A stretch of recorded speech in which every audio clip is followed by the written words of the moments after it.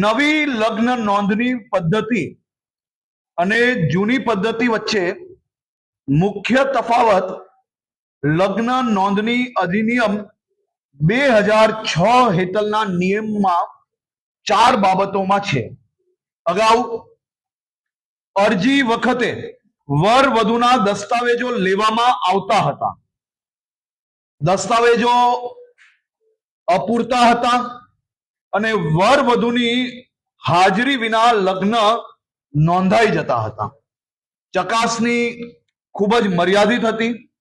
અગાઉ ગ્રામ્ય લેવલે તલાટી પાસે સત્તા હતી. નોંધણી પ્રક્રિયા તલાટી લેવલે પૂર્ણ થઈ જતી હતી. હવે નવી પદ્ધતિમાં દસ્તાવેજો જે છે એની ચકાસણી વધારી છે. વર વધુની હાજરી અનિવાર્ય બનાવી છે, જેથી બોગસ લગ્ન નોંધણી આપણે અટકાવી શકાય.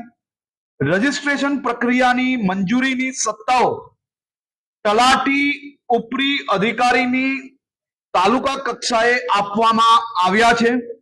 ગ્રામ્ય કક્ષાએ રહેતા અરજદારને તાલુકા કક્ષાએ જવાની તો બી આવશ્યકતા નહીં પડે.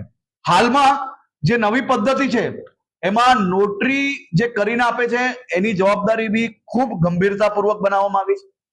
એ નોટરી તમામ લોકોની હાજરી વગર જો સિક્કો મારશે તો એની ઉપર બી કડક પગલાં ભરવામાં આવશે.